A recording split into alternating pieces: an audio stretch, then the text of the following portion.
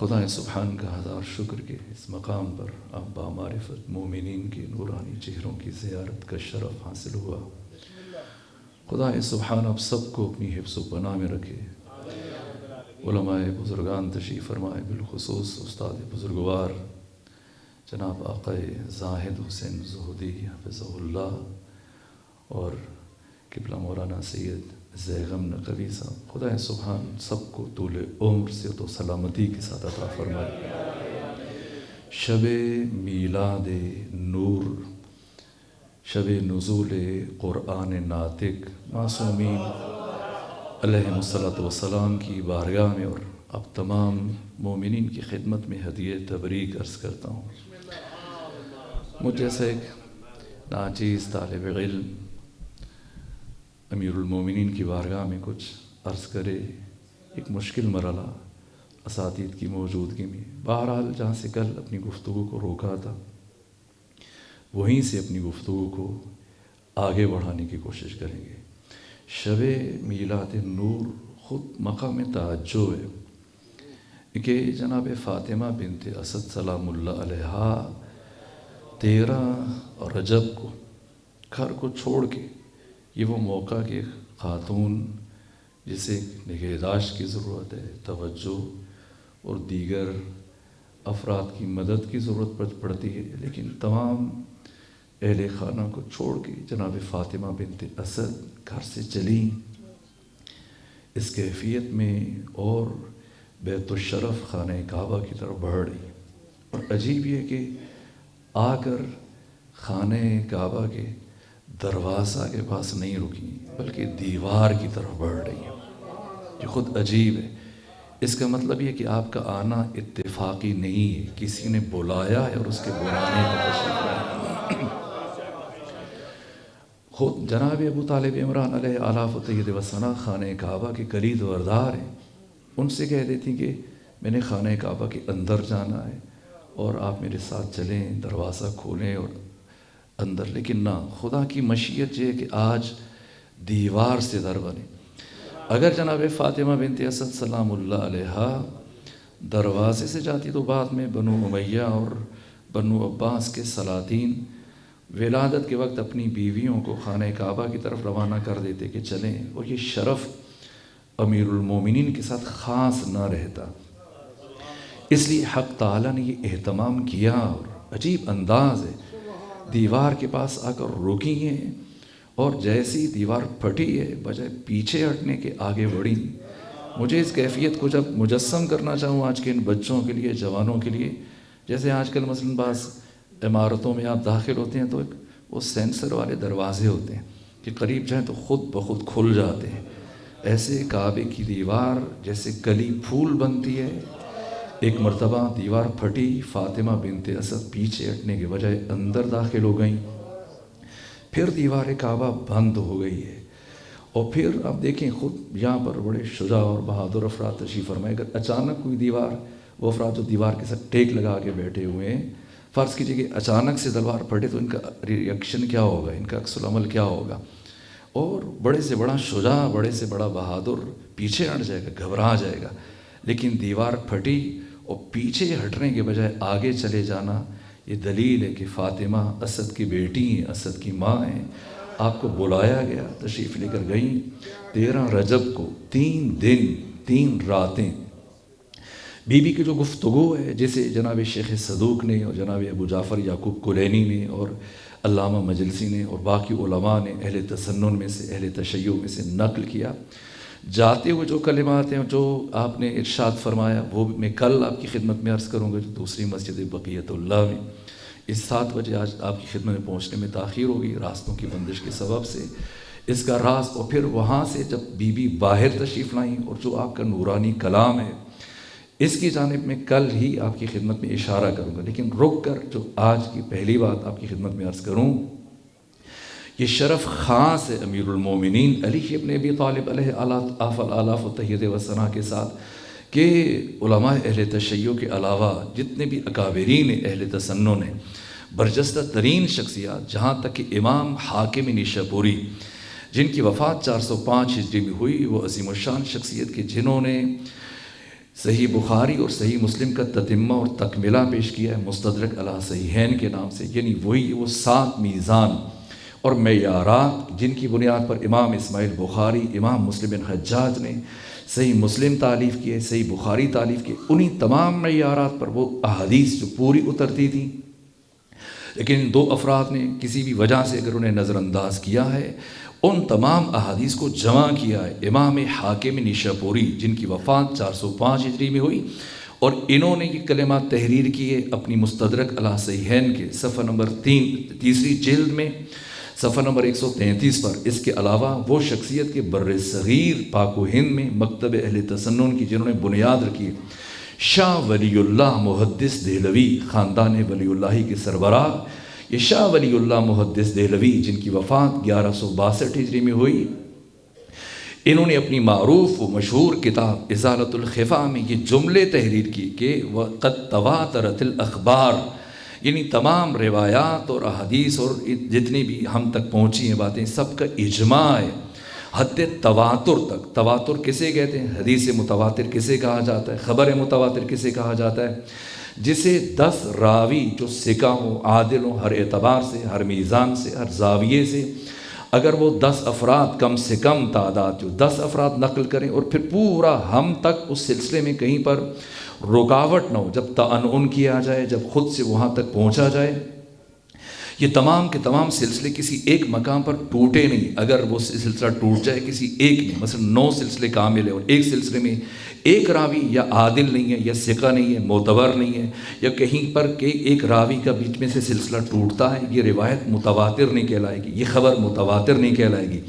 کم سے کم 10، اور یہ اس سے متعلق یہ کہا ہے کہ شاہ ولی اللہ دہلوی نے کہ تمام اخبار روایات کا اس بات پر تواتر کی حد تک اجماع ہے ان علی ولد فی جوف الکعبہ، کہ وجود مبارک امیر المومنین علیہ آلاف و تحیت وسنا وہ واحد شخصیت ہیں تاریخ آدم میں، تاریخ عالم میں، تاریخ خاتم میں، تاریخ بشر میں، تاریخ انسانی میں، کہ جن کے نور کو حق تعالی نے خانہ کعبہ کے وسط میں اس کائنات میں ظاہر فرمایا۔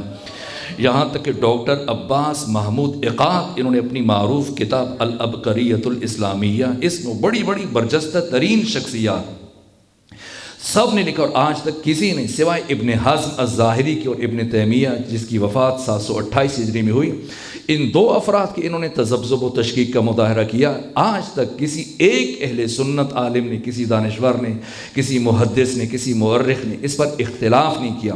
تاریخ بشر میں، تاریخ انسانی میں علی ابن ابی طالب وہ واحد شخصیت ہے کہ جن کے نور کے ظہور کے لیے خدا سبحان نے اپنے گھر کا انتخاب کیا۔ کل اس مطلب کے لیے بیان کرنے کے لیے میں زمینہ سازی کر رہا تھا اور ابتدائی مراحل آپ کی خدمت میں عرض کر رہا تھا کہ آخر یہ علی کون ہے کہ جن کے نور کے ظہور کے لیے اللہ نے اپنے گھر کا انتخاب کیا۔ شہید حق استاد شہید مرتضیٰ مطہری نے اس نقطے کو بیان کیا اور مستقل کتاب تالیف کی اس موضوع پر۔ جاذبہ و دافع امام علی علیہ السلام اس سے متعلق بیان کیا، اور کل جتنی بھی گفتگو کی اس کا نچوڑ اور اس کو تمہید قرار دیتی ہو آگے بڑھیں، اس راز کو سمجھنے کی کوشش کریں کہ کیوں اللہ نے نور علی ابن ابی طالب علیہ آلاف و تحیت وسنا کو خانہ کعبہ میں بھیجا۔ یہاں شہید مرتضیٰ مطہری نے یہ سوال اٹھایا کہ کیا ممکن تھا کہ غیر از خانہ خدا وجود مبارک علی ابن ابی طالب علیہ آلاف و تحیت وسنا کی ولادت ہو سکتی یا ممکن نہیں تھی، اور کیوں یہ شرف خاص ہے امیر المومن کے ساتھ؟ کیوں پیغمبر گرامی اسلام کی ولادت، کسی اور نبی کی ولادت خانہ کعبہ میں نہیں ہوئی؟ کائنات کے کسی بھی دوسرے انسان کی ولادت خانہ کعبہ میں نہیں ہوئی، کیوں؟ اور پھر ہم نے یہ سوالات قائم کیے کہ اس عالم ہست و بود میں، اس عالم آب و گل میں، اس بزم گیتی و کائنات میں، اس دھرتی اور جہان میں علی ابن ابی طالب وہ واحد شخصیت ہیں۔ آپ کے امتیازات، آپ کی خصوصیات، یہ علی کون ہے کہ آپ کو پیغمبر اسلام نے اور یہاں تک پروردگار نے خیر اور شر کے درمیان، نیکی اور بدی کے درمیان، اچھائی اور برائی کے درمیان، کفر اور اسلام کے درمیان، حق اور باطل کے درمیان، ایمان اور نفاق کے درمیان، یہاں تک کہ شجروں کی طہارت اور شجروں کی نجاست کے درمیان حد فاصل قرار دیا۔ جنت اور دوزخ کا بانٹنے والا پروردگار کسی نبی کو قرار دے سکتا تھا، لیکن ذات امیر المومنین، کیا وجہ ہے کہ اللہ نے آپ کو قسیم الجنت والنار کہا ہے؟ کیوں؟ اور تمام تر جو آپ کے شرف ہیں، جو آپ کی ذات کے دیگر ابعاد ہیں، جہات ہیں، جو ڈائمنشنز ہیں، جو پہلو، کہ آپ سے متعلق اتنا کچھ لکھا جا چکا ہے تاریخ انسانی میں ان 1400 سالوں میں کہ کسی بھی دوسری شخصیت سے متعلق اتنا زیادہ نہیں لکھا گیا آج تک آپ سے متعلق. میں نے آپ کے خدمت میں عرض کیا، کل کچھ نمونے آپ کے سامنے بیان کیے، یہاں تک کہ اگر عہد رسول خود صرف ایک شخصیت حبر الامہ مفسر قرآن عبداللہ ابن عباس یہ بیان کرتے ہیں کہ میں نے صرف ابن عباس ایک صحابی ہیں جو پیغمبر اسلام سے متعلق یہ بیان کر رہے ہیں کہ میں نے وجود مبارک پیغمبر گرامی اسلام کی زبان اطہر سے علی علیہ السلام سے متعلق 23,000 احادیث کو سنا ہے. صرف ایک صحابی. میں نے کل آپ کو اس کی چند مثالیں بھی عرض کی کہ ختمی مرتبت نے خلوت و جلوت میں یہ پرواہ نہیں کی کہ 100 افراد ہیں، 200 ہیں، 300 ہیں، 1000، 5000، 10,000. نہ، اگر ایک فرد بھی موجود ہے مولا متقیان علی علیہ آلاف و تحیت وسنا کے شرف کو بیان کیا، مقام و منزلت کو بیان کیا اور عجیب و غریب انداز اختیار کیے. جیسا میں نے عرض کیا آپ کی خدمت میں کہ پیغمبر گرامی اسلام زمین پر ایک جنگ سے واپسی پر پلٹتے ہوئے آپ زمین پر اپنی چھڑی سے مسلسل لکیریں کھینچے جا رہے ہیں، ٹیڑھی میڑھی کج مج منحنی 10-20 لکیریں کھینچنے کے بعد ان کے درمیان ایک سیدھی لکیر کھینچی اور یہ لکیر کھینچنے کے بعد پیغمبر اسلام نے فرمایا کہ میرے صحابہ یاد رکھنا، ایسا نہیں ہے کہ خدا تک پہنچنے کے بہت سارے راستے ہیں اور ان میں سے ایک راستہ علی ابن ابی طالب ہے، نہ، بلکہ خدا تک پہنچنے کا صرف ایک راستہ اور اس راستے کا نام علی ابن ابی طالب ہے.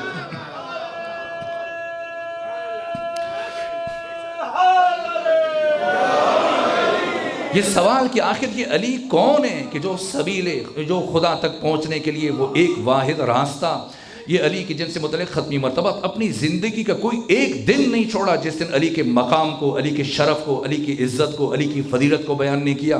ہر روز کبھی ایک انداز میں، کبھی دوسرے انداز میں. کبھی فرمایا جس کا دروازہ مسجد میں کھلتا ہے سب کے سب اپنا دروازہ بند کر دو، صرف میرا اور علی کا دروازہ کھلا رہے.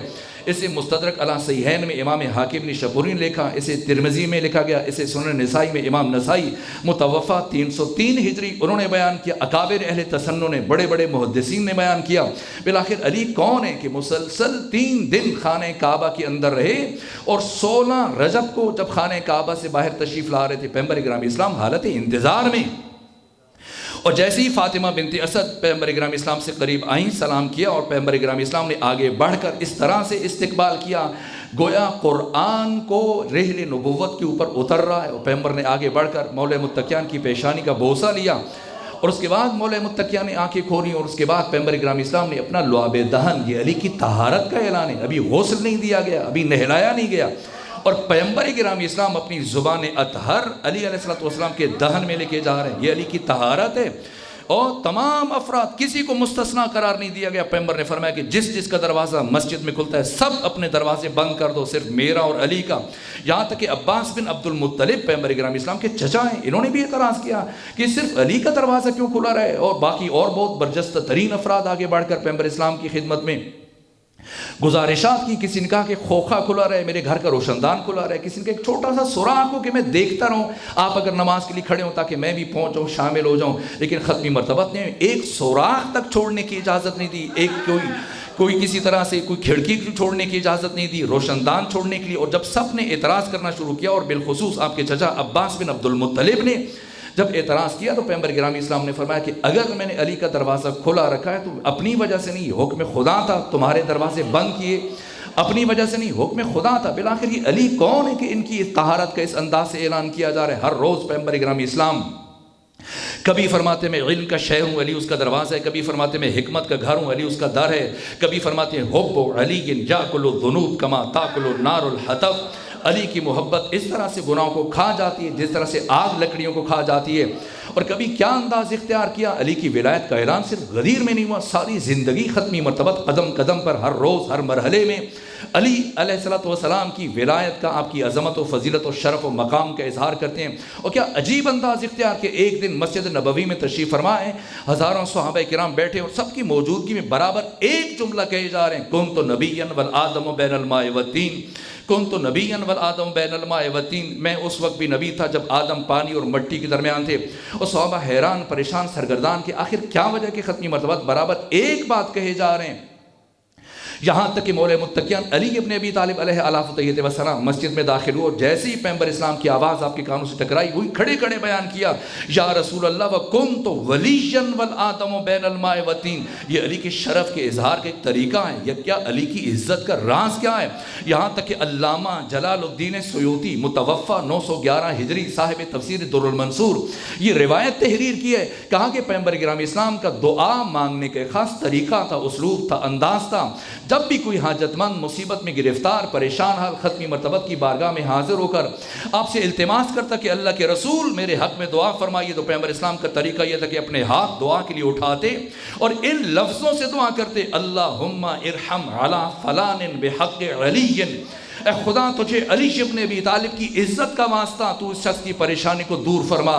اور علامہ جلال الدین سیوطی نے، اہل تسنن کے دیگر محدثین نے، تاریخ نویسوں نے، اہل تشیع کے علماء نے تحریر کیا۔ اس زمانے میں کچھ افراد ایسے تھے جنہیں یہ بات اچھی نہیں لگتی تھی، جب بھی کوئی آ جائے علی کا واسطہ، آخر ہم بھی موجود ہیں، کبھی کبھی پیغمبر گرامی اسلام کو ہمارا بھی نام لے لینا چاہیے۔ تو ایک دن اتفاقاً ایسے ہو کہ پیغمبر گرامی اسلام مسجد نبوی میں تشریف فرمائے اور آپ کے پہلو میں دو بزرگ، دو مسن بوڑھے افراد بیٹھے۔ ایسے میں علی ابن ابی طالب مسجد نبوی میں داخل ہوئے، بارگاہ رسالت میں سلام عرض کیا، اور سلام عرض کرنے کے بعد پیغمبر اسلام سے خواہش کی، یا رسول اللہ 2 دن سے علیل ہوں، بیمار ہوں، اللہ کے نبی ہیں، میرے لیے دعا فرمائیں۔ بس یہ سننا تھا۔ وہ دونوں افراد مسکرا کر ایک دوسرے کی طرف دیکھنے لگے، ایک نے دوسرے سے کہا بہت اچھا ہو گیا، پہلے کوئی بیمار ہوتا تھا، پریشان ہوتا تھا تو پیغمبر گرامی اسلام علی کا واسطہ دیتے تھے، آج علی خود مشکل میں ہے، آج علی خود بیمار ہیں، اور پیغمبر کے پاس یا تو بیٹھا ہے یا میں بیٹھا ہوں، آج پیغمبر گرامی اسلام یا تمہارا نام لیں گے یا میرا نام لیں گے، کوئی تیسرا تو ہے نہیں۔ ابھی اسی انتظار میں کہ دونوں میں سے کس کا نام لیا جائے گا۔ ایک مرتبہ ختمی مرتبت نے اپنے ہاتھوں کو دعا کے لیے بلند کیا۔ پہلے کیسے دعا کرتے تھے، پہلے کس طرح سے دعا مانگا کرتے تھے، اللہم ارحم علی فلان بحق علی، اے خدا تجھے علی کی عزت کا واسطہ تو اس شخص کی پریشانی کو دور فرما۔ اور آج جب خود علی ابن ابی طالب نے دعا کی خواہش کی، ایک مرتبہ ختمی مرتبت نے اپنے ہاتھ دعا کے لیے اٹھائے، ان لفظوں کے ساتھ دعا مانگی، اللہم ارحم علی علی بحق علی، اے خدا تجھے علی ابن ابی طالب کی عزت کا واسطہ تو علی کی بیماری کو دور فرما۔ بس اتنا سننا تھا، ان دونوں کے دلوں میں جو بغض تھا زبان پر آ گیا، کہنے لگے یا رسول اللہ یہ کیا بات ہوئی، کوئی اور بیمار ہو جائے تو بھی علی کا واسطہ، آج علی بیمار ہے تو بھی علی کا واسطہ، کوئی اور مشکل میں ہو تو بھی علی کا واسطہ، آج علی مشکل میں ہے تو بھی علی کا واسطہ۔ تو صاحب خلق عظیم کے چہرے پر، رحمت للعالمین کے چہرے پر ایک مرتبہ جلال کے آثار نمایاں ہوئے، فرمایا خاموش ہو جاؤ، تمہیں کیا پتا، میں تو جب اپنے لیے دعا مانگتا ہوں تو بھی علی کا واسطہ دیتا ہوں۔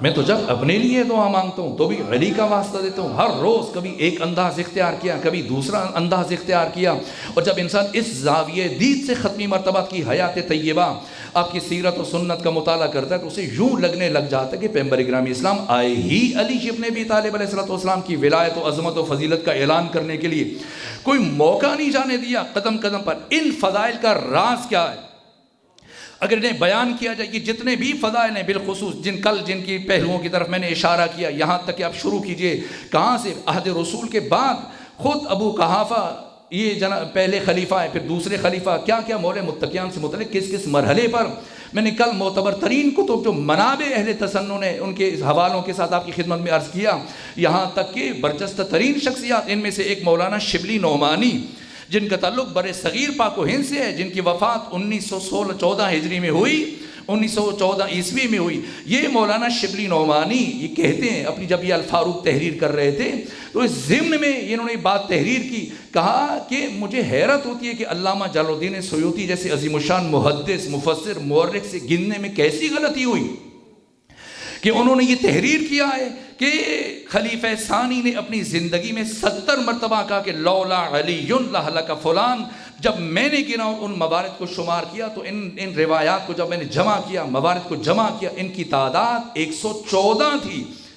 114 یہ کون لکھ رہا ہے؟ مولانا شبلی نعمانی تحریر کر رہے ہیں۔ اب برجستہ ترین شخصیات، جہاں تک یہ لکھا ہے کہا کہ خلیفہ ثانی اپنی زندگی میں یہ دعا کیا کرتے تھے کہ مم موزلۃ لیس لہا ابو الحسن، پروردگار مجھے کبھی ایسی مشکل میں نہ ڈالنا جس کے حل کے لیے علی ابن ابی طالب موجود نہ ہوں۔ یہ روایات علماء اہل تسنن نے اپنی کتب میں تحریر کی ہیں، یہاں تک کہ خانہ کعبہ کا طواف کرنے کے بعد اپنے ساتھیوں کے ہمراہ جب خلیفہ ثانی ایک مقام پر مقام ابراہیم سے قریب تر کسی نقطے پر بیٹھے ہوئے اور باقی افراد بھی موجود ہیں، ایسے میں ایک شخص روتا ہوا آیا، اس کے داہنے رخسارے سے خون ٹپک رہا تھا۔ ایک مرتبہ جیسی خلیفہ کی نگاہ پڑی، پوچھا کیا ہوا؟ تو اس نے کہا ضربنی ابو الحسن، ابو الحسن نے مجھے مارا ہے، علی ابن ابی طالب نے مجھے مارا ہے۔ جیسے یہ سنا خلیفہ نے غصے سے کہا، علماء اہل تسنن کی 10 کتابوں میں یہ روایت موجود ہے، ایک مرتبہ غصے سے کہا کہ بلاؤ ابو الحسن کو، بلاؤ علی ابن ابی طالب کو۔ جیسی حضرت کو بلایا گیا کہ علی کیوں مارا اپنے ابو الحسن، آپ نے کیوں مارا اس شخص کو؟ تو مولا متقیہ نے فرمایا کہ میں خانہ کعبہ کا طواف کر رہا تھا، یہ شخص میرے آگے آگے چل رہا تھا، طواف کر رہا تھا، اور میں نے دوران طواف محسوس کیا کہ یہ مسلمانوں کے حرم کی طرف نگاہ بد ڈال رہا ہے۔ میں نے اسے تذکر دیا، امر بالمعروف کیا، اسے سمجھایا کہ اللہ کے گھر میں ایسے نہ کرو، حق تعالیٰ کے حق کی حرمت کا خیال کرو، احساس کرو، لیکن میرے تذکر کے باوجود، نصیحت کے باوجود، امر بالمعروف کے باوجود میں نے محسوس کیا کہ برابر مسلسل مسلمانوں کے حرم کی طرف نگاہ بد ڈال رہا ہے۔ تو پھر میری غیرت نے گوارا نہ کیا اور میں نے اس کے چہرے کے اوپر تھپڑ دے مارا۔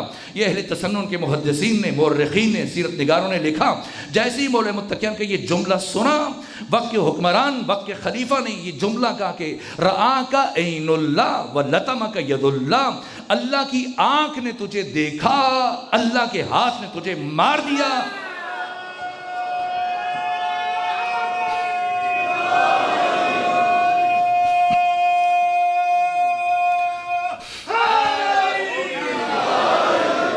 عمر ابن اللہ اکبر،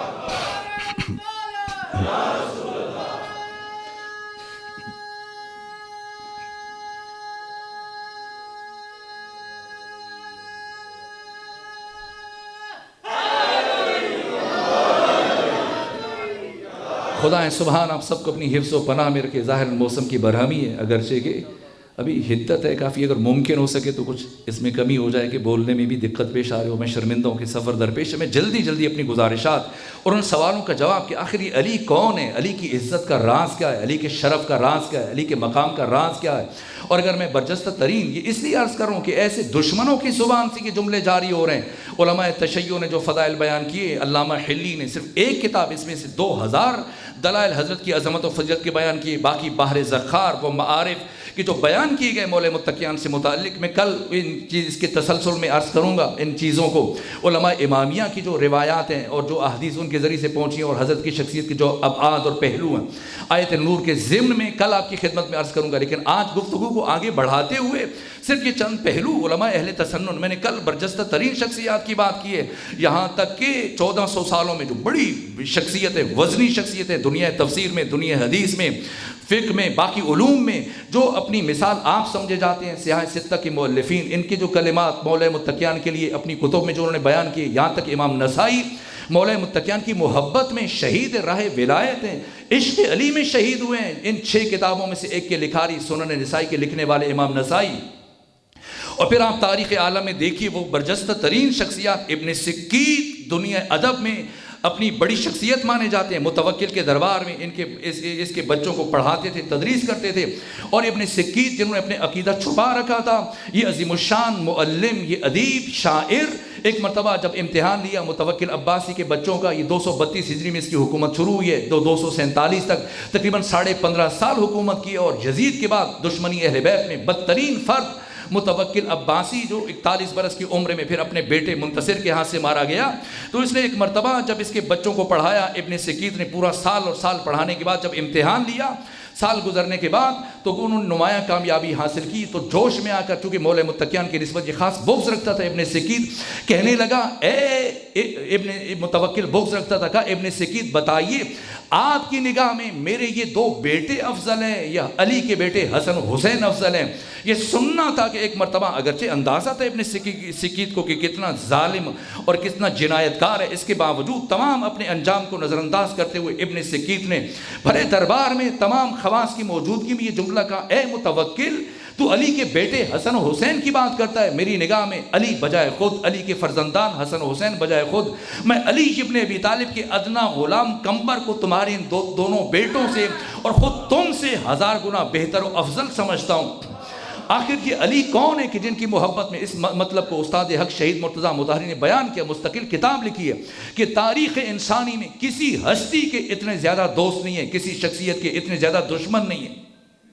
علی کے دوست اپنی دوستی میں شدید ہیں، علی کے دشمن اپنی دشمنی میں شدید ہیں. یہاں تک کہ خود مولا متقیان فرماتے ہیں کہ اگر میرے دشمن کو 7 اقلیم کی حکومت دے دی جائے، 7 آسمان 7 زمینیں اس کے سپورٹ کی جائیں اور اس سے خواہش کی جائے کہ علی سے محبت کرو، وہ ایسا نہیں کرے گا. آخر اس کا راز کیا ہے؟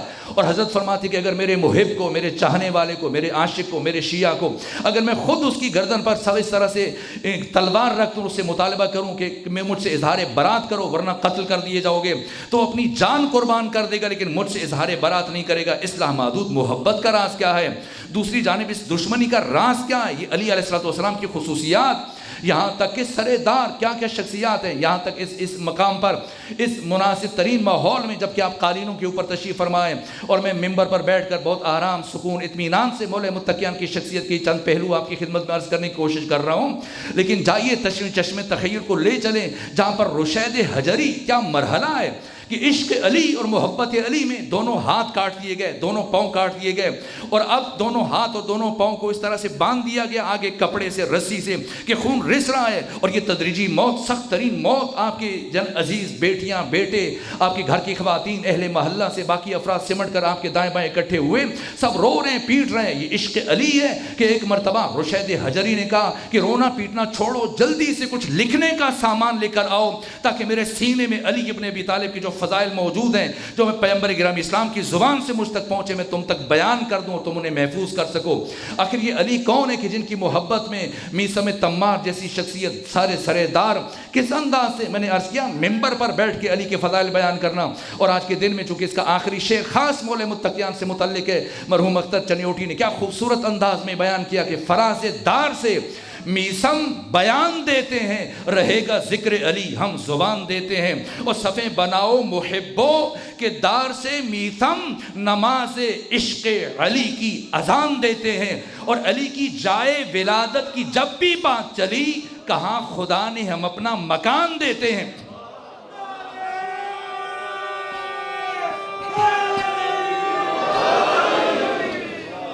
آسان ہے اس طرح سے فضائل بیان کرنا، لیکن یہ جس کے لیے میں آپ کو زحمت دے رہا تھا، یہ میثم تمار کے کہ ہندوستانی شاعر نے کہا کہ کیوں اس سولی پہ چڑھ کے علی کے فضائل بیان کیے، راز کیا ہے؟ کہا ذکر علی کے واسطے اونچائی چاہیے. میثم اسی خیال سے سولی پہ چڑھ گئے.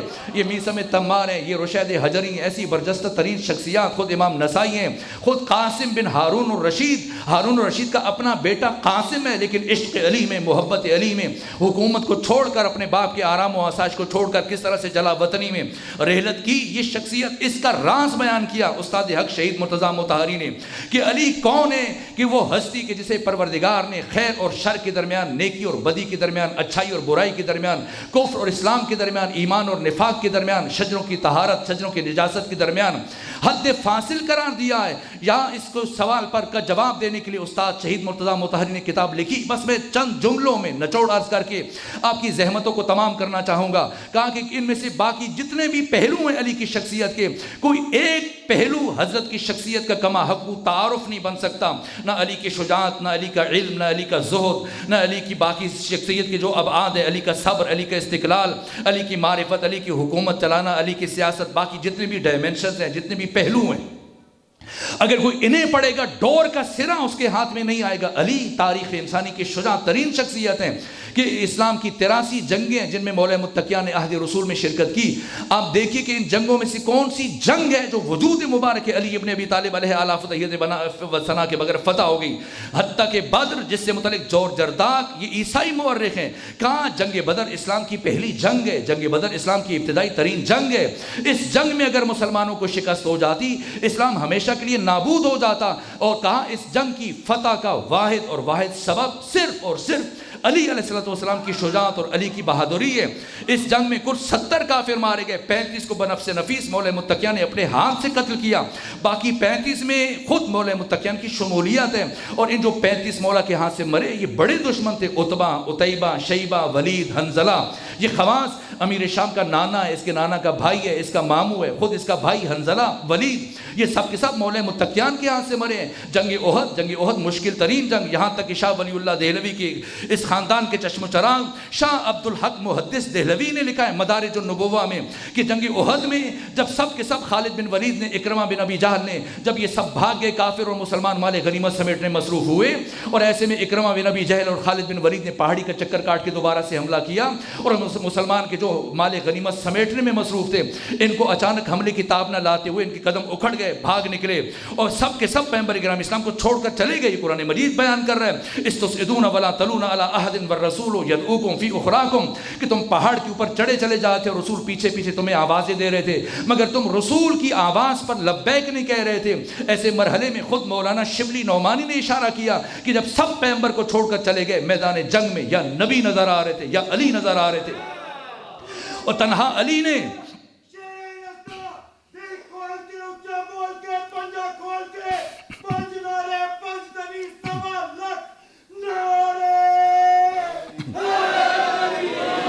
تنہا علی ابن ابی طالب دیوانہ وار مسلسل ختمی مرتبت کا طواف کر رہے ہیں، اکیلے علی، کوئی دشمن، کوئی منافق، کوئی کافر، کوئی فاسق ختمی مرتبت کو نقصان پہنچانے میں کامیاب نہ ہو جائے۔ یہاں تک کہ شاہ عبدالحق محدث دہلوی جیسی برجستہ ترین شخصیت جن کا تعلق بر صغیر پاک و ہند سے ہے، انہوں نے مدارج النبوہ میں یہ جملے لکھے کہ جب سب پیغمبر کو چھوڑ کر چلے گئے تو ختمی مرتبت نے ایک مرتبہ فرمایا یا علی مرا از ان جماعت نگہدار، حق کے نصرت را بجا آورد کے وقت نصرت اے علی، کافروں کی اس جماعت سے مجھے بچا، آج کے دن اپنی مدد کا حق ادا کر دے کہ آج کے دن تیری مدد کی ضرورت ہے۔ یہ تین جملے جب پیغمبر کرام اسلام نے فرمایا جو شاہ عبدالحق محدث دہلوی نے مدارج النبوہ میں لکھے، یا علی مرا از ان جماعت نگہدار، حق کے نصرت را بجا آورد کہ وقت نصرت اے علی، کافروں کی اس جماعت سے مجھے بچا، آج کے دن اپنی مدد کا حق ادا کر دے کہ آج کے دن تیری مدد کی ضرورت ہے۔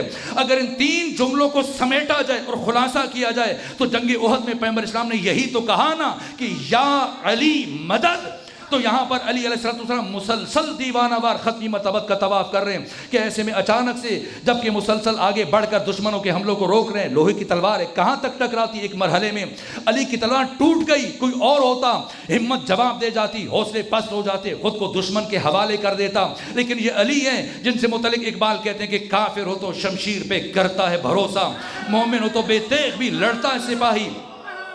تلوار ٹوٹ چکی ہے لیکن ہمت جوان ہے، علی ابن ابی طالب نے ٹوٹی ہوئی تلوار سے بعضوں کو اپنے مکوں سے، بعضوں کو اپنی ٹھوکروں سے، بعضوں کو گھوڑے کی ٹاپوں سے اس عجیب انداز سے جب مقابلہ کرنا شروع کیا، اور خدا سبحان نے جب یہ دیکھا کہ میرا اکیلا شیر وہ بھی نہتا، برابر میں دشمن کا ہزاروں کا لشکر پوری طرح سے جنگ سے لیس، ایسے عالم میں پروردگار نے آسمان سے ایک تلوار اتاری جسے سورہ الحدید میں بیان کیا گیا، وَأَنزَلْنَا الْحَدِيدَ، ہم نے لوہے کو نازل کیا، لوہا تو زمین سے نکلتا ہے، یہ کون سا لوہا ہے جسے پروردگار آسمان سے بھیج رہا ہے؟ یہ وہ علی کی ذوالفقار ہے جسے جنگ احد میں علی کے لیے بھیجا گیا۔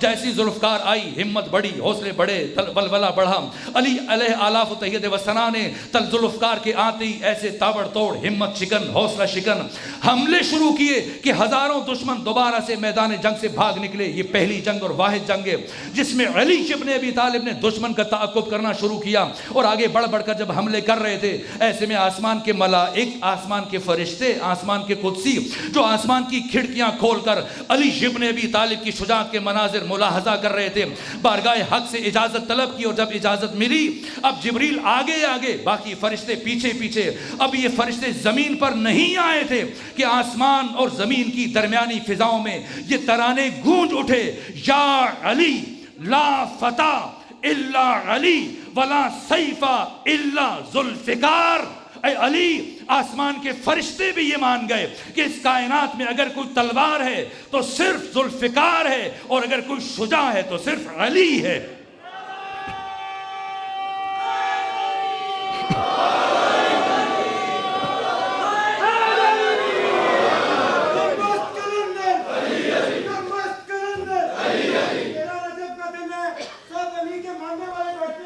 پتہ چلنا چاہیے کہ علی کے ماننے والوں کی آواز ہے دمشق کلندر علی علی دمشق کلندر علی علی میرے دلوں کے اندر علی علی میرے دلوں کے اندر علی علی میرا ایکو نعرہ علی علی میرا پیر و مرشد علی علی کنگول قدم میں علی علی مقبول صبا میں علی علی گلریز ہوا میں علی علی مومن کی دعا میں علی علی وقت کو تو سہارا علی علی ڈوبو تو کنارا علی علی ابیا نے پکارا علی علی میری آنکھ کا تارا علی علی ڈالی کی لچک میں علی علی جلیوں کی چہک میں علی علی پھولوں کی مہک میں علی علی دمشق کلندر علی علی کعبے کا کعبہ علی علی کعبے کا گوہر علی علی موسر کا آقا علی علی کمبر کا مولا علی علی میرا فاتح خیبر علی علی جبریل کا ٹیچر علی علی جبریل کا ٹیچر علی علی تو قبر کے باہر جو کر لے تیری قبر کے اندر علی علی نہیں ماں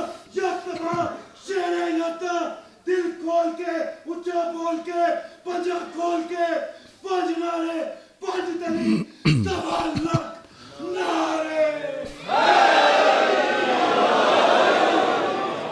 قبر کے اندر بھی علی علی ہے، قبر کے باہر بھی علی علی ہے۔ اس مرحلے کو میں کل آپ کی خدمت میں عرض کروں گا، چونکہ وقت اس سے گزر رہا ہے، بس نتیجے کی طرف بڑھنا چاہتا ہوں آج کی حد تک ایک جملہ تاکہ آج کی حد تک گفتگو مکمل ہو جائے۔ میں شرمندہ ہوں کہ سفر مد نظر ہے اور میں تیزی سے یہ مراحل اس طرح سے بیان نہیں ہونے چاہیے تھے، لیکن میں تیزی سے بیان کرنے کی کوشش کر رہا ہوں کہ علی علیہ السلام کی شجاعت یہ استاد حق شہید مرتضیٰ مطہری نے بیان کیا۔ حتیٰ آپ کی شجاعت بھی آپ کا تعارف نہیں بن سکتی ہے۔ کیا تعارف ہے علی علیہ السلام کی عظمتوں کا راز کیا ہے، آپ کی فضیلتوں کا راز کیا ہے؟ وہ ڈور کا سرا، وہ زاویہ دید، وہ افق جہاں پر کھڑے ہو کر وہ کون سی اینک ہے کہ وہ اینک لگا کر کس نگاہ سے علی کو دیکھے تو وہ علی علیہ السلام کی اس آفاقی شخصیت کی ابجد کو سمجھنے میں کامیاب ہو سکتا ہے۔ ورنہ علی کائنات کے شجاع ترین انسان ہے۔ اگر صرف اسی موضوع کو بیان کیا جائے اس کے لیے گھنٹوں بلکہ دن چاہیے۔ ان 83 جنگوں میں آپ مجھے بتائیے کون سی ایسی جنگ ہے جو وجود مبارک علی ابن ابی طالب علیہ آلاف تحید و ثنا کے بغیر فتح ہوگی؟ بدر ہے، جہاں تک کہ باقی افراد سے متعلق پروردگار قرآن میں فرما رہا ہے کہ وَيُجَادِلُونَكَ فِي الْحَقِّ بَعْدَمَا تَبَيَّنَ كَأَنَّمَا يُسَاقُونَ إِلَى الْمَوْتِ وَهُمْ يَنْظُرُونَ۔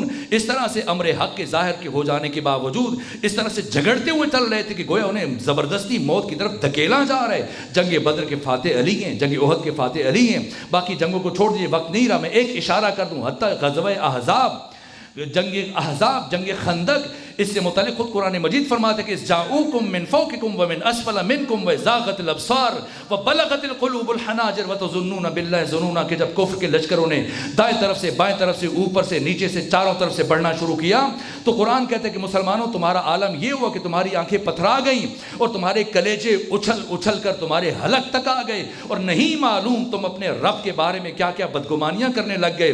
ایسے حالت میں کہ جب عمرو ابن عبد ود اپنے 6 ساتھیوں کے ہمراہ خندق عبور کرنے کے بعد 27 دن کا محاصرہ توڑ کر اتنی بڑی خندق 5 گز چوڑی 5 گز گہری یہ خندق اس طرح سے عبور کی، یہ 7 افراد کے ہمراہ خود عمرو ابن عبد ود ہے، اس کا بیٹا حاصل بن عمرو بن عبد ود ہے، نوفل بن عبداللہ ہے، منبع بن عثمان ہے، حبیرہ ابن ابی وہب ہے، اکرمہ بن ابی جہل ہے، اسی طرح سے زرار بن خطاب فہری، یہ عرب کے مانے ہوئے 7 شجاع ترین افراد خندق عبور کر کے آئے اور اس طرح سے آگے بڑھ کر عمرو ابن عبد ود نے چیخنا چلانا شروع کیا، ختمی مرتبت کے خیمے کے باہر آوازیں بلند کرنا شروع کی ہیں، یہاں تک کہ جب کوئی افراد جب بار بار ختمی مرتبت فرما رہے کہ جاؤ اس کے مقابلے میں کون اٹھا ہے، جب بھی پیغمبر اسلام کہتے ہیں سب کی طرف امید بھری نظروں سے دیکھتے ہیں، کوئی نہیں اٹھ رہا ہے، یہاں تک کہ کافی دیر انتظار کرنے کے بعد اس شقی نے گستاخی کی ہے اور توہین کی ختمی مرتبت کی، اپنے اس نیزے سے ختمی مرتبت کے خیمے کی ردا کو چیر دیا اور اس کے بعد کہا اے محمد بول بول کر میرا گلا خشک ہو گیا،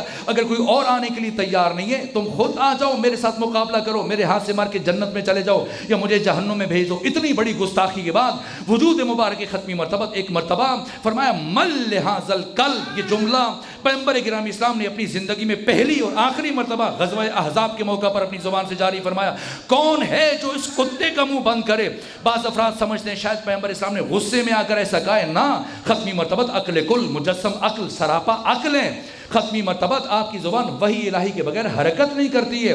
انسان غصہ کب کرتا ہے؟ انسان میں جو 4 قوتیں ان میں سے ایک قوت غضبیہ، جب انسان کی عقل اس کی قوت غضب کے تحت ہو جائے اور پھر وہ اپنے آتش غضب کو ٹھنڈا کرنے کے لیے اول فول باتیں کرتا ہے، لا یعنی باتیں کرتا ہے تاکہ اس کا غصہ ٹھنڈا ہو جائے، اس لیے وہ غصے کا اظہار کرتا ہے۔ ختمی مرتبت جو خود عقل ہے، جن کی زبان وحی الہی کے بغیر حرکت نہیں کرتی ہے، ممکن نہیں ہے جس طرح سے بس اوقات ایک پارٹی کا، ایک مذہبی سیاسی نیم سیاسی پارٹی کا سربراہ جو دنیا سے چلا گیا، یہ بات بات پر گالی دیا کرتا تھا۔ اینکر پرسن نے سے پوچھا کہ بھئی کیا وجہ ہے آپ بات بات پہ گالی دیتے ہیں؟ تو کہا کہ پیغمبر بھی تو گالی دیتے تھے، عذر گناہ بدتر از گناہ۔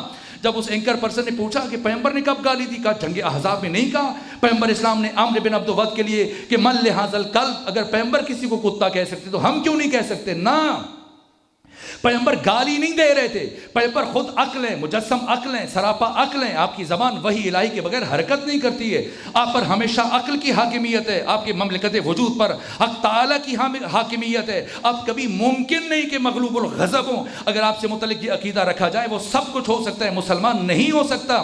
ختمی مرتبت غصے کا اظہار نہیں کر رہے ہیں، ختمی مرتبت ایک حقیقت کی طرف اشارہ کر رہے ہیں کہ اگر کوئی شخص اتنا گستاخ ہو جائے، اتنا گستاخ ہو جائے کہ وہ رسول کے دروازے پر آ کر یوں توہین کرنا شروع کرے، اپنی آواز بلند کرنا شروع کرے، تو اس کی انسانی شکل پر نہ جانا، اس کی انسانی کھال پر نہ جانا، اس کی انسانی بشرے پر نہ جانا، یہ دیکھنے میں تو انسان ہے، حقیقت میں کتا ہے۔ اب اگر کوئی رسول کے دروازے پر آ کر گستاخی کرے وہ بھی حقیقت میں کتا ہے، اور اگر کوئی بطول کے دروازے پر گستاخی کرے وہ بھی حقیقت میں کتا ہے۔ ایک مرتبہ ختمی مرتبت نے فرمایا مل لہذا الکلب، کون ہے جو اس کتے کا منہ بند کرے؟ ایک مرتبہ کوئی نہیں اٹھا سوائے علی کے، پیغمبر نے علی کو بٹھا دیا، آپ بیٹھ جائیے۔ پھر دوبارہ سے یہی جملہ کہا، جبکہ وہ برابر للکار رہے تو تاخیر کیوں کی جا رہی ہے؟ جب علی آمادہ ہیں تو بھیج دیں، لیکن نہ، پھر دوبارہ سے فرمایا کہ مل لہذا الکلب، دوسری مرتبہ علی اٹھے، پھر تیسری مرتبہ ختمی مرتبت نے علی کو بٹھانے کے بعد تیسری مرتبہ کہا مل لہذا الکلب، کون ہے جائے اس کے مقابلے میں؟ پھر علی اٹھے، میں دست ادب جوڑ کر بارگاہ رسالت مآب میں عرض کروں گا یا رسول اللہ، جبکہ وہ برابر للکار رہا ہے، آپ کی توہین کر رہا ہے، گستاخی کر رہا ہے، علی آمادہ ہیں، تیار ہیں، جاننا چاہتے ہیں، جانا چاہ رہے ہیں، تو آپ بھیج دیجئے، کیوں برابر انتظار کروا رہے ہیں؟ تو ختمی مرتبت تاریخ رقم کر رہے ہیں کہ اگر میں پہلی دفعہ علی کو بھیج دیتا، مبادہ مؤرخ یہ لکھتا کہ باقی افراد بھی تیار تھے، جانا چاہتے تھے، لیکن چونکہ علی سب سے پہلے اٹھے اس لیے پیغمبر نے علی کو بھیج دیا۔ اب جب کہ علی گئے، کیا انداز ہے! ہر جنگ کا وقت نہیں کہ میں بیان کروں، اشارے کروں، واحد سبب اس کی فتح ہونے کا وجود مبارک علی ابن ابی طالب، عمرو ابن عبد ود، جس سے متعلق خود ختمی مرتبت کے خیمے میں اظہار کیا گیا۔ ایک شخص جو آپ کے قریب بیٹھا ہوا کہا کہ ایک وقت میں 1000 افراد کے ساتھ لڑنے کی صلاحیت رکھتے ہیں، اس کی اپنی بہادری شجاعت کے ترانے بیان کرنا شروع کیے۔ ایسے مرحلے میں ختمی مرتبت جب علی کو بھیج رہے ہیں، وہ الفاظ وقت نہیں کہ میں بیان کروں کہ جاتے ہوئے علی سے متعلق کیا بیان کیا، اور جب علی گئے تو اس کو 4 مرحلے دیے، 4 مواقع فراہم کیے۔ علی لوگوں کو قتل کرنے کے لیے نہیں آئے، زندگی دینے کے لیے آئے۔ علی نے جب بھی تلوار چلائی مجبوری میں تلوار چلائی، ورنہ علی حیات بانٹنے والی وہ شخصیت۔ ایک مرتبہ اس کو پہلا موقع دیا، دوسرا موقع دیا، تیسرا موقع دیا، چوتھا موقع دیا کہ، اور پھر جب وہ آیا تو ایک ہی مرحلے میں حرف غلط کی طرح سے مٹا دیا عمرو ابن عبد ود کو۔ اس کے بعد اس کا بیٹا جو شجاعت میں اس کے ہم پلہ مانا جاتا تھا، حاصل بن عمرو بن عبد ود، اسے مولا متقیہ نے اپنے ہاتھ سے مارا۔ 5 افراد جو بھاگ رہے تھے، مولا متقیہ نے تعاقب نہیں کیا، ان میں سے منبع بن عثمان، اس کی طرف مولا متقیہ نے صرف نیزہ پھینکا اور یہ اس طرح سے گرا، اور پھر یہ مرحلہ طے کیا، اور پھر نوفل بن عبداللہ، باقی اکرمہ بن ابی جہل، حبیرہ ابن وہب، یہ سب بھاگ نکلے، لیکن ان میں سے ایک یہ نوفل بن عبداللہ یہ خندق میں جا گرا۔ میں بتاتا ہوں کہ باقی مسلمانوں کی شمولیت کیا ہے تاکہ یہ بھی اندازہ ہو جائے، دوسری جانب کا بھی رخ کے بھی اندازہ ہو جائے۔ جیسے ہی ایک مرتبہ یہ نوفل بن عبداللہ خندق کے اندر گرا تو 80 افراد ایک چوکی پر، اور ختمی مرتبت نے 8 چوکیاں قائم کی تھیں، جن میں سے ہر چوکی پر کم سے کم 80 افراد ہیں، 40 مہاجر، 40 انصار، اور یہ ختمی مرتبت نے 8 چوکیاں قائم کی ہیں، اور یہ افراد کو یہ تقریباً 600-700 افراد اکٹھے ہو کر سنگ باری کر رہے ہیں، پتھر برسا رہے ہیں، اور وہ چلا رہا ہے کہ مجھے باہر آنے کا موقع دو تاکہ میں مقابلہ کر کے مروں، میں ذلت کے ساتھ نہیں مرنا چاہتا، لیکن یا اگر تم مجھے باہر نہیں نکالتے خود اندر آ جاؤ۔ لیکن مسلمانوں پر اتنا خوف طاری ہے کہ نہ خود نیچے اتر رہے ہیں، نہ اسے باہر آنے دے رہے ہیں، یہاں تک کہ ختمی مرتبت نے آوازیں سنی، پوچھا کون ہے، بتایا گیا کہ نوفل بن عبداللہ ہے، تو کہا کہ وہ اس طرح سے آوازیں بلند کر رہا ہے۔ وہیں سے پلٹے، پیغمبر اسلام کے خیمے سے قریب پہنچ چکے تھے، وہیں سے پلٹ کر خندق کے اندر آئے چھلانگ لگائی اور کہا کہ وار کرو، اگر مجھ پر وار کر کے خود کو بچا سکتے ہو تو بچاؤ۔ اور جب اس نے وار کیا، حضرت نے اس کے وار کو رد کیا اور پھر پلٹ کر ایسا وار کیا کہ اسے اس طرح سے 2 برابر حصوں میں تقسیم کر دیا۔ یہ علی کی شجاعت ہے۔ مسلمانوں کا کل حصہ میں بتاتا ہوں، زرار بن خطاب فہری، یہ 7واں فرد، یہ بھاگ رہا تھا اور کسی نے کہا چلو بہتی گنگا میں ہم بھی ہاتھ دھو لیں۔ تو علی نے جو مارا ہے، عمرو بن عبد ود کو مارا ہے، حسر بن عمرو بن عبد ود کو مارا ہے، تو میں بھی کہنے کے قابل ہو جاؤں کہ میں نے بھی کسی کو مارا ہے۔ تو یہ شخص اس کے پیچھے دوڑا زرار بن خطاب فہری کے، اور آگے بڑھ کر ایک مرتبہ زرار بن خطاب فہری نے جب گھوڑوں کے ٹاپوں کی آواز سنی تو سوچا کہ علی کا تو یہ شیوا نہیں ہے کہ علی کسی بھاگنے والے کا تعاقب کرے، اسی کے جو میدان جنگ سے بھاگتا ہے وہ زندگی کی بھیک مانگتا ہے۔ علی کائنات کے شجاعت ترین انسان، علی کی شجاعت تلوار کے رہینے منت رہی ہیں۔ یہ جو اقبال نے کہا کہ دم زندگی رمے زندگی، رمے زندگی غم زندگی، غم رم نہ کر سمے غم نہ کھا، کہ یہی ہے شان قلندری، تیری خاک میں ہے اگر شرر تو خیال فقر و غنا نہ کر، کہ جہاں میں نان شعیر پر ہے مدار قوت حیدری۔ یہ علی کا زور بازو، علی کو تلوار پر بھروسہ نہیں کیا کہ تلوار کی وجہ سے علی کی شجاعت ہے، ذوالفقار کی وجہ سے نہ۔ میں نے پڑھا اہل تسنت کے مورخین محدثین نے لکھا ایک جنگ میں دشمن نے مطالبہ کیا کہ علی میں نے سنا آپ کائنات کے سخی ترین انسان ہیں، کریم ترین انسان ہیں، اگر آپ سے کچھ مانگا جائے آپ کبھی دشمن کو بھی رد نہیں کرتے۔ کہا مانگو، کیا مانگتے ہو؟ کہ یہ تلوار جو آپ کے پاس ہے یہ مجھے دے دیجئے، اب جنگ ہو رہی ہے اور اب اس کو خدشہ تھا کہ حضرت مجھ پر تلوار چلائیں گے، اس عالم میں روک کر علی سے مانگ رہا ہے۔ حضرت نے اپنی تلوار اس کی طرف بڑھا دی، اب اپنی تلوار بھی اٹھائی ہوئی ہے، اور مولا متقیان کی تلوار اٹھانے کے بعد اب مسکرانا شروع ہوا اور کہا علی اب بتائیں کہ آپ کو مجھ سے کون بچائے گا؟ تو مولا متقیان نے مسکرا کر فرمایا کہ وہی جس نے ابھی تک تمہیں مجھ سے بچا رکھا ہے۔ یہ اقبال کہہ رہے ہیں دم زندگی رمے زندگی، رمے زندگی غمے زندگی، غمے رم نہ کر سمے غم نہ کھا، کہ یہی ہے شان قلندری، تیری خاک میں ہے اگر شرر تو خیال فقر و غنا نہ کر، کہ جہاں میں نان شعیر پر ہے مدار قوت حیدری۔ یہ علی کی شجاعت ہے۔ ورنہ دوسرا فرد جب پہنچا، زرار بن خطاب فہری نے گھوڑوں کی ٹاپوں کی آواز سنی، ایک مرتبہ سوچا کہ علی تو شیوا نہیں ہے، انداز نہیں ہے کسی بھاگنے والے کا تعاقب کریں، صرف دیکھنے کے لیے کہ میرے پیچھے کون آ رہے، علی یا کوئی اور۔ تو جو پیچھے آ رہا تھا جیسے ہی دیکھا کہ زرار مڑا ہے، ایک مرتبہ گھبرایا، پریشان ہوا، سوچا کہ شاید یہ یہاں مجھے خلوت میں مقابلہ کرے گا اور کوئی بچانے والا بھی نہیں، وہیں سے اپنا گھوڑا دوڑایا اور واپس خیام کی طرف اس نے بھاگنا شروع کیا۔ اور زرار بن خطاب فہری نے پیچھے سے آواز دی کہ یاد رکھنا آج تمہیں زندہ چھوڑ رہا ہوں اور میرے اس احسان کو کبھی فراموش نہ کرنا۔ یہاں تک کہ وہی شخص ایک مرحلے پر جب خلیفہ بنا، حکمران بنا، تو زرار بن خطاب فہری نے کہا تھا یاد ہے کہ میری وجہ سے اس دن تمہیں اپنی جان بچانے کا موقع مل گیا تھا۔ یہ حصہ ہے، کون سی جنگ ہے، لیکن نہ یہ شجاعت، یہ علی کا ترہ امتیاز نہیں ہے، یہ استقامت، علی کا علم، علی کی عبادت، علی کی معرفت، علی کی انداز حکومت، کوئی بھی چیز علی کا تعارف قرار نہیں پا سکتی ہے، ڈور کا وہ سرا۔ ورنہ کسی بھی زاویے سے اگر علی کی شخصیت کو کوئی پڑھنا چاہے گا، شہید مرتضیٰ مطہری فرماتے ہیں بہک جائے گا، الجھ جائے گا، پریشان ہو جائے گا، اسے سمجھ میں نہیں آئے گی۔ ہاں علی بشر کیف بشر ربہ فیہ یتجلی وظہر، تو اس لیے حیران پریشان سرگردان رہے گا، الجھ جائے گا، پریشان ہو جائے گا، دوسروں کو بھی پریشان کرے گا۔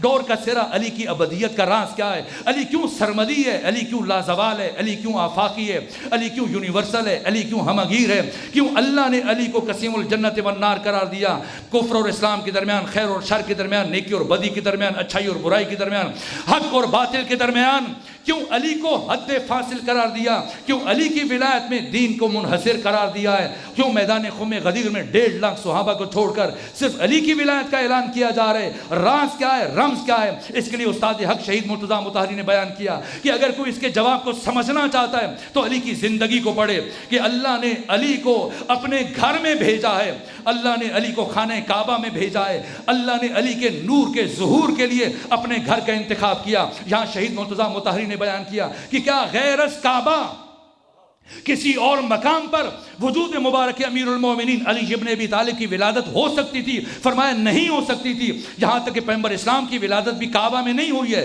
پیغمبر اسلام جن سے متعلق علی یہ کہیں کہ انا عبد من عبید محمد، میں محمد کے غلاموں میں سے غلام ہوں، خود پیغمبر کی ولادت کعبہ میں نہیں ہوئی، کسی اور نبی کی ولادت خانہ کعبہ میں نہیں ہوئی، منحصر تاریخ بشر میں، تاریخ عالم میں، تاریخ آدم میں، تاریخ خاتم میں، تاریخ انسانی میں علی واحد شخصیت جن کی ولادت کعبہ میں ہوئی۔ کیوں پیغمبر کی ولادت کعبہ میں نہیں ہوئی؟ شہید مرتضیٰ مطہری فرماتے اس لیے کہ پیغمبر اللہ کے جمال کے مظہر تام ہیں. پیغمبر جمال خدا کے مظہر ہیں جن کے تعارف میں خدا نے فرمایا وما ارسلناک الا رحمت للعالمین. ہم نے آپ کو تمام جہانوں کے لیے صرف رحمت بنا کے بھیجا. پیغمبر اللہ کے جمال کے مظہر ہیں. ورنہ پیغمبر اسلام نے 83 جنگوں میں سے 27 غزوات میں بنفس نفیس شرکت فرمائی. اور ایسا نہیں پیچھے بیٹھ کے ہدایات دیتے تھے.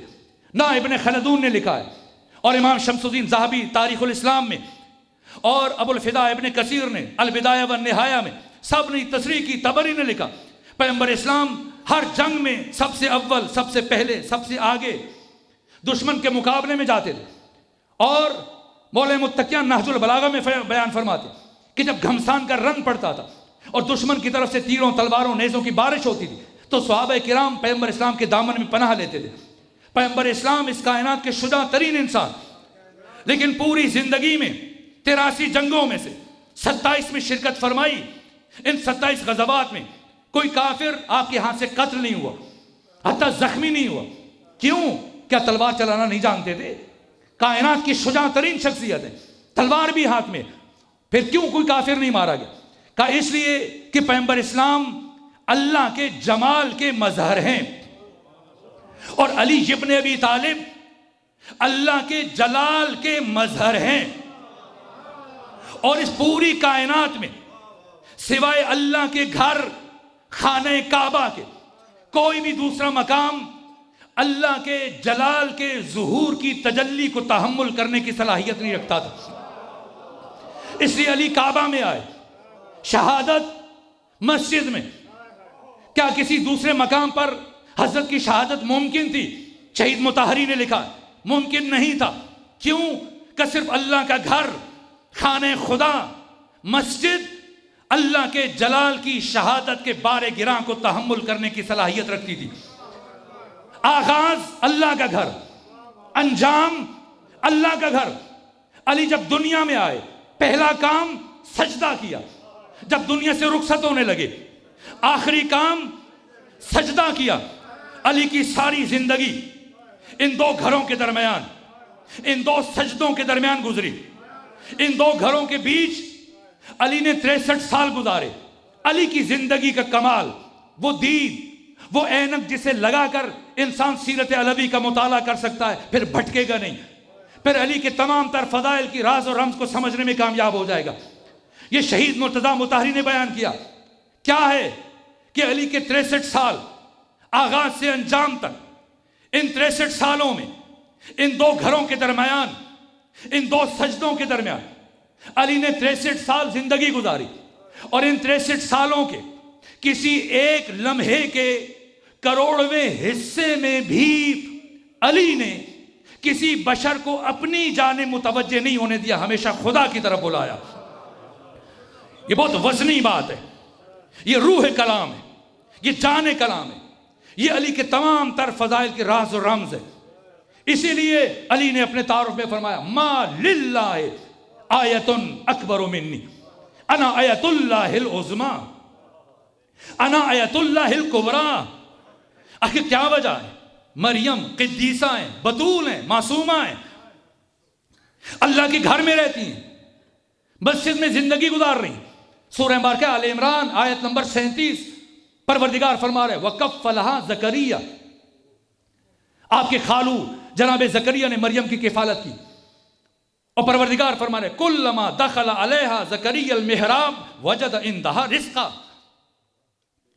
جب بھی جناب زکریا محراب عبادت میں داخل ہوتے دیکھتے مریم کے پاس مختلف کھانے پڑے ہیں، جنت کی نعمتیں ہیں. قال یا مریم انا لک ھذا، یہ کدھر سے؟ قالت هو من عند اللہ، یہ خدا بھیجتا ہے میرے لیے. مریم کے لیے مسلسل جنت سے کھانا آتا رہا. یا علی کھانا آتا رہا، سالہ سال رہیں اللہ کے گھر میں. لیکن جب عیسیٰ معصوم نبی کی ولادت کا مرحلہ آیا پروردگار نے کیا فرمایا؟ اب یہاں سے جائیے، سمجھنا ہے فرق کو. عیسیٰ کون ہے اور علی کون ہے؟ فاطمہ بنت اسد کو بلایا جا رہا ہے، مریم جو قدیسہ ہیں، معصومہ ہیں، بطول ہیں، خدا بھیج رہا ہے. تعجب کر رہی ہیں، کہا یہ جائے ولادت نہیں ہے، اب یہاں سے جائیے اور گئیں، اور وہ مرحلہ میں نے روایات میں پڑھا کہ 3 مواقع پہ قبر منہ کھولتی ہے، موت بہت قریب ہوتی ہے، ان میں سے ایک جبکہ خاتون کے ہاں کسی بچے کی ولادت ہوتی، مشکل مرحلہ طے کیا، اور اس کے بعد جب عیسیٰ کی ولادت ہوئی تو نقاہت محسوس کی، کمزوری محسوس کی، ناتوانی محسوس کی، تو اب انتظار کر رہی کہ وہ خدا جو بن مانگے سال ہاں سال کھانا بھیجتا رہا، کچھ کھانا آ جائے۔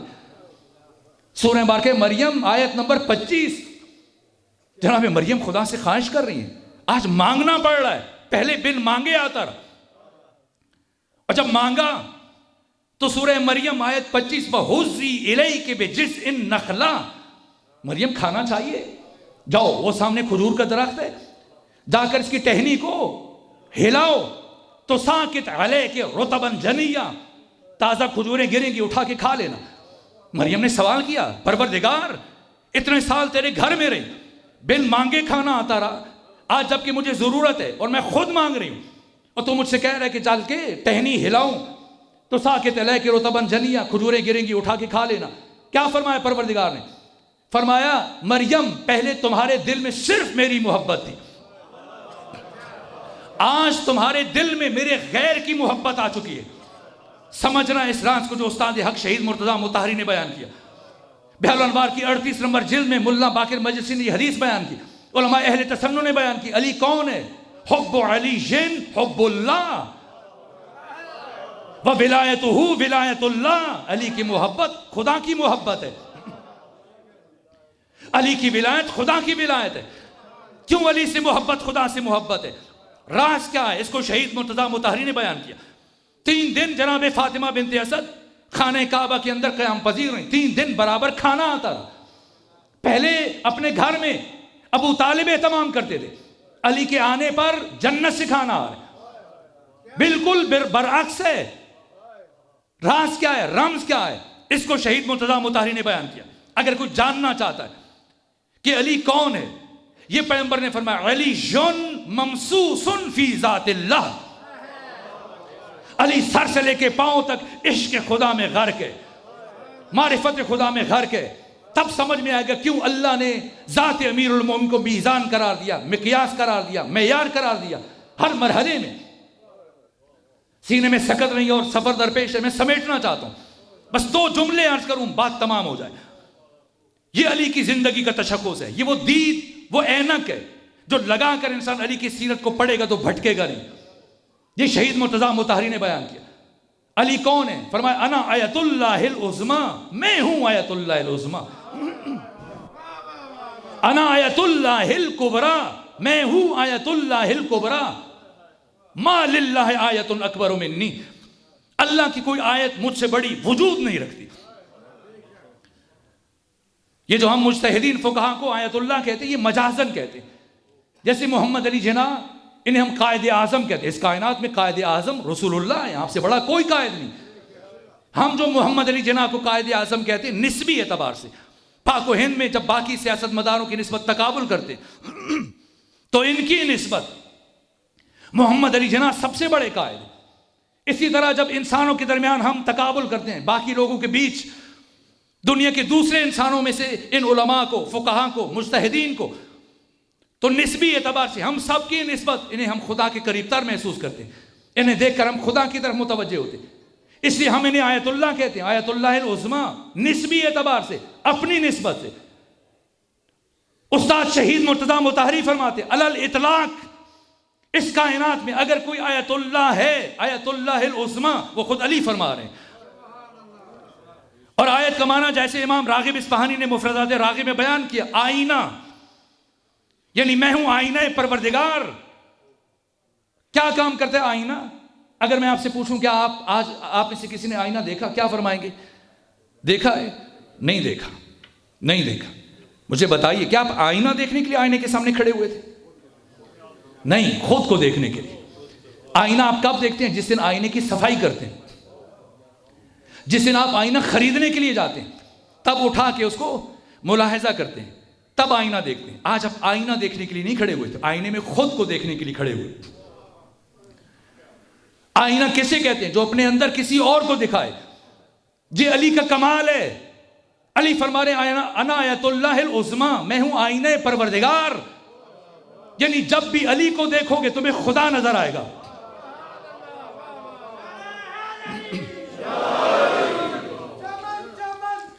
میں شرمندہ ہوں، واہ نہیں، میں معافی چاہوں گا، بے ادبی معاف کیجیے گا. آخر یہ بنیادی ترین سوال ہے. علی شناسی کے لیے یہ پہلا مرحلہ ہے جسے طے کرنا ناگزیر ہے. خدا سبحان کی عبادت میں کوئی شریک نہیں. وما خلقت الجن والانس، ماں کے بعد جب الا آ جائے مفید حصر ہے. میں نے تمہیں صرف اور صرف اپنی عبادت کے لیے خلق کیا. ما اريد منهم من رزق، مجھے جنوں سے انسانوں سے کوئی رزق نہیں چاہیے. وما اريد ان يطعمون، نہ میں اللہ یہ چاہتا ہوں کہ انسان جن مل کر مجھے کھانا کھلائیں. نہ ان اللہ هو الرزاق ذو القوة المتین، اللہ خود رزق دینے والا ہے. اللہ صاحب قوت ہے، اللہ صاحب استحقاق ہے. وَقَضَىٰ رَبُّكَ أَلَّا تَعْبُدُوا إِلَّا إِيَّاهُ، تمہارے رب کا یہ قطعی فیصلہ ہے کہ تم اس کے علاوہ کسی کی عبادت نہ کرو. اللہ نے صرف ہمیں عبادت کے لیے خلق کیا، اور جس ہستی نے عبادت کا تعارف کروایا پیغمبر اسلام، کیا ہے عبادت؟ فرمایا علی کو دیکھو. النظر الى وجہ علی ابن ابی طالب عبادہ، علی کو دیکھو خدا کی عبادت ہے. صرف دیکھنا نہ، ذکر و علی عبادہ، علی کا ذکر کرو خدا کی عبادت ہے. پھر فرمایا حب علی عبادہ، علی سے محبت کرنا خدا کی عبادت ہے. کیا ربط ہے ان دو باتوں میں؟ زیارت علی کی، عبادت خدا کی. محبت علی سے، عبادت خدا کی. ذکر علی کا، عبادت خدا کی. کیا ربط ہے؟ امام اہل سنت ابن ابی الحدید معتزلی، متوفا 656 ہجری، انہوں نے شرح نہج البلاغہ کے اوائل میں یہ بات لکھی ہے. کہا کہ اس کائنات میں فضیلتوں کے میدان ہیں، جیسے شجاعت ہے، سخاوت ہے، استقامت ہے، باقی تمام میدان. ان تمام میادین فضیلتوں فضائل میں علی سب سے اول، سب سے آگے، سب سے پہلے. لیکن ایسا نہیں کہ باقی افراد موجود نہ ہو، نہ، اور بھی ہیں. اگرچہ علی سب سے پہلے ہیں، اول ہیں، آگے ہیں، لیکن اور بھی سخی ہیں، اور بھی شجاع ہیں، اور بھی دیگر فضائل کے حامل ہیں. لیکن ایک میدان فضیلت، ایک میدان شرف اور ایک میدان کمال وہ ہے جس کا یکتا و تنہا شاہ سوار صرف اور صرف علی ابن ابی طالب. یہاں تک کہ کوئی نبی بھی اس میدان میں علی ابن ابی طالب کی ہم پلہ نہیں ہو سکتا. ابن ابی الحدید معتزلی، متوفا 656 ہجری، لکھا ہے کہ علی اس درجہ فنا فی ذات توحید تھے. یہ جو پیغمبر نے فرمایا علی جن ممسوس فی ذات اللہ. کیوں علی سے محبت؟ خدا سے محبت ہے. کیوں علی کو دیکھنا عبادت ہے؟ کیوں علی کا ذکر عبادت ہے؟ کیوں علی سے محبت کرنا عبادت ہے؟ کہ علی اس درجہ فنا فی ذات توحید تھے. اس سے پہلے کہ میدان معرفت توحید پروردگار، کوئی نبی بھی اس میدان میں علی کی برابری نہیں کر سکتا. اور علی اس درجہ فنا فی ذات توحید تھے. ابن ابی الحدید نے لکھا کہ جب علی ہر روز اپنے گھر سے باہر آنے کا ارادہ کرتے، آپ کے عشاق، محب، اصحاب، شاگرد، چاہنے والے جو صف باندھے آپ کے گھر کے باہر گلی میں کھڑے ہوتے، جیسے علی کے گھر کا دروازہ کھلتا آپ کے قدم باہر گلی میں آتے. جس کی نگاہ علی کے چہرے پر پڑتی، بے ساختہ اس کی زبان سے یہ جملے جاری ہو جاتے: اللہ اللہ ما اتقوا ھذا الرجل، اللہ اللہ ما اشجع ھذا الرجل، اللہ اللہ ما اعلم ھذا الرجل. اللہ اللہ کتنا بڑا متقی آ گیا، اللہ اللہ کتنا بڑا زاہد آ گیا، اللہ اللہ کتنا بڑا عابد آ گیا، اللہ اللہ کتنا بڑا عارف آ گیا، اللہ اللہ کتنا بڑا شجاع آ گیا. ابن ابی حدید کہتے ہیں وہ انسان جسے دیکھتے ہی لوگوں کی زبانوں پر نام خدا جاری ہو جائے، اس کائنات میں وجہ اللہ کہلانا صرف اسی علی کے شایان شان ہے.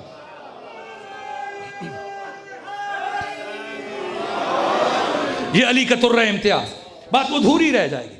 یہ علی کی پہچان ہے، یہ علی کی فضیلتوں کا راز. بس اگرچہ کہ تاخیر ہو چکی، لیکن شرمندہ ہوں، اس مرحلے میں رکنا ذرا مشکل محسوس ہو رہا ہے، اس لیے دو جملے اور عرض کرو. علی کون ہے؟ یہ جنگ خیبر. آپ ہمارے سماجی رویے خود مشاہدہ کرتے ہوں گے.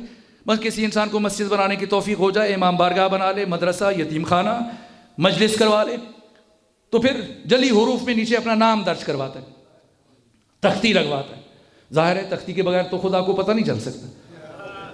تو یہ ہمارے سماجی رویے، اور آپ خود دیکھیے کہ یہ ہماری جو معاشرتی رویے تک کھیل کے میدان میں بھی ہمیں نظر آتے ہیں۔ بس ہمارا قومی کھیل اگرچہ ہاکی ہے، لیکن کرکٹ بہت شوق سے کھیلا جاتا ہے، دیکھا جاتا ہے اور شرکت کی جاتی، اور خصوصاً اگر ہمسایہ ملک کے ساتھ آپ کی قومی ٹیم کا میچ ہو تو پھر جو اسٹیڈیم میں جا سکتے ہیں وہ چلے جاتے ہیں، اور جو نہیں جا سکتے وہ ٹیلی ویژن کے سامنے بیٹھ کے خوشی کا اظہار کرتے ہیں، کلیپنگ کرتے ہیں۔ اور میری طرح اناڑی جو نہیں جانتے، کسی کو اگر نہیں پتہ ہو تو کرکٹ کیا ہوتا ہے، بڑے میدان میں 3 ڈنڈے نصب کر دیے جاتے ہیں اور ایک بلے باز ان کے سامنے کھڑے ہو جاتے ہیں، اور مخالف ٹیم سے ایک بولر ہوتا ہے، اس کے ہاتھ میں گیند ہوتی ہے، اور بھاگتا ہوا آتا ہے، صحیح تاک کر سیدھ کر نشانہ لے کر گیند پھینکتا ہے۔ کیوں پھینکتا ہے؟ تاکہ چھکا لگائے، چوکا لگائے۔ پھر کیوں پھینکتا ہے؟ تاکہ یہ گیند، وہ جو 3 ڈنڈے ایک پیچھے کھڑے ہیں، ان میں سے کسی ایک کو لگ جائے، کوئی ڈنڈا گر جائے یا نہ گرے، یہ گیند اس کو چھو لے تو اس کا کیا ہوگا نتیجہ؟ پھر وہ میدان سے آؤٹ ہو جائے گا۔ اور اگر کوئی بالر مہارت سے گیند پھینکے اور کسی ڈنڈے کو گرانے میں کامیاب ہو جائے تو اس کا عکس العمل کیا ہوتا ہے؟ ریئیکشن کیا ہوتا ہے؟ وہ میدان میں دوڑتا ہے۔ آپ جب دیکھتے ہوں گے خود تالیاں پیٹتے ہیں، کلیپنگ کرتے ہیں، اس کے ساتھ ہی اسے کندھوں پر اٹھا لیتے ہیں۔ وہ بار بار پورے گراؤنڈ میں اپنے مسل، بازو دکھاتا ہے۔ کیا کر رہا ہے؟ مسل دکھا رہا ہے، بازو دکھا رہا ہے۔ پوچھے کیا کیا ہے اس نے؟ کیا کیا؟ ایک وکٹ اکھاڑی، ایک ڈنڈا گرایا اور دنیا والوں کو اپنے مسل دکھا رہا ہے۔ یہ ہمارے سماجی رویے، ہمارے معاشرتی رویے کہ ہمارا بالر ایک وکٹ اکھاڑ لے تو ساری دنیا والوں کو اپنے مسل دکھائے، اور وہ علی ابن ابی طالب جو خیبر کے اس دروازے کو جسے 20 لوگ مل کر کھولتے تھے اور 20 لوگ مل کر بند کرتے تھے، ایک جنبش دست سے علی نے اٹھایا نہیں، اکھاڑا، قلعے سے اکھاڑا۔ وقت نہیں کہ میں کیفیت بیان کروں آپ کی خدمت میں، اور اکھاڑا، اکھاڑنے کے بعد ایک جنبش دست سے فضا میں اچھالا، اور اچھالنے کے بعد کیا فرمایا؟ یہ دروازہ علی نے اپنی طاقت سے نہیں اکھاڑا، یہ تو اس کی دی ہوئی طاقت تھی۔ یہ علی کا کمال ہے، یہ علی کے تمام تر فضائل اور کمالات کی راز و رمز ہے، اساس ہے، بنیاد ہے۔ اور آخری جملہ، اسی جنگ خیبر کے موقع پر مال غنیمت جب تقسیم ہوا تو مولا متقیان کے حصے میں ایک سونے کی تاروں سے بنی ہوئی زرین انمول ایک قیمتی چادر آئی، اور یہ چادر خود مرہب اوڑھا کرتا تھا، اور یہ مولا متقیان کے حصے میں آئی مال غنیمت کے طور، اور اتنی دیدہ زیب تھی، اتنی خوبصورت تھی کہ سب گھوم گھوم کر مڑ مڑ کر اس چادر کی طرف دیکھتے تھے، اور ہر ایک کی خواہش کی کاش یہ چادر مجھے مل جائے، پہچاننا ہے علی کون ہے۔ یہاں تک کہ ایک صحابی روایت کرتا ہے کہ ہم خیبر سے چلے مدینے کی جانب۔ ابو العلا مودودی نے لکھا ہے کہ پہلی مرتبہ مسلمانوں کو جنگ خیبر کی کامیابی کے بعد پیٹ بھر کے کھانا نصیب ہوا، اس سے پہلے فقر تھا، اور اتنی دولت کی ریل پیل ہوئی خیبر کی کامیابی کے بعد کہ مسلمانوں کے بچے مدینے کی گلیوں میں سونے چاندی کے سکوں سے، درہم و دینار سے کھیلتے ہوئے نظر آ رہے ہیں۔ اور ام المومنین عائشہ سے روایت کہ پہلی مرتبہ ہمیں خیبر کے بعد پیٹ بھر کے کھجوریں کھانا نصیب ہوئی۔ کس کی وجہ سے؟ علی کی وجہ سے، ورنہ پوری جنگ کا احوال جو بیان کیا مرحوم اظہر حسن زیدی صاحب نے، میں تو جاہل ہوں، بات پھیلا دیتا ہوں، وہ کیا خوبصورت انداز میں کہا، پوری جنگ کا احوال بیان کیا، سابقہ دنوں کا سارا نقشہ کھینچا، کہا علی سے پہلے جو بھی جاتا تھا، جاتے ہو کیا حالت ہوتی تھی، آتے ہو کیا کیفیت ہوتی تھی، کہا جاتے تھے جھنڈا لے کر، آتے تھے ڈنڈا لے کر۔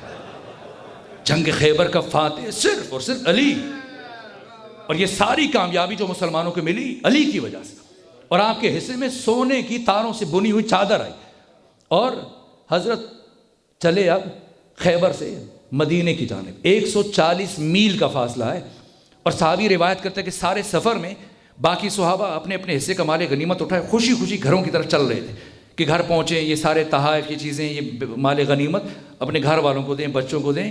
تو کہا کہ میں کسی اور کے ہمراہ چلنے کے بجائے علی کے ساتھ ہو لیا، اور میری خواہش تھی کہ کسی طرح سے یہ چادر مجھے مل جائے، اور میں علی کے مزاج کو جانتا تھا، مجھے پتا تھا کہ علی کو سونے چاندی ان دنیا کی چیزوں سے کوئی شغف نہیں، اور مجھے اندازہ تھا کہ علی یہ چادر گھر لے کر نہیں جائیں گے، کسی کو دے دیں گے، تو میں کوشش کروں شاید علی یہ چادر مجھے دے دیں۔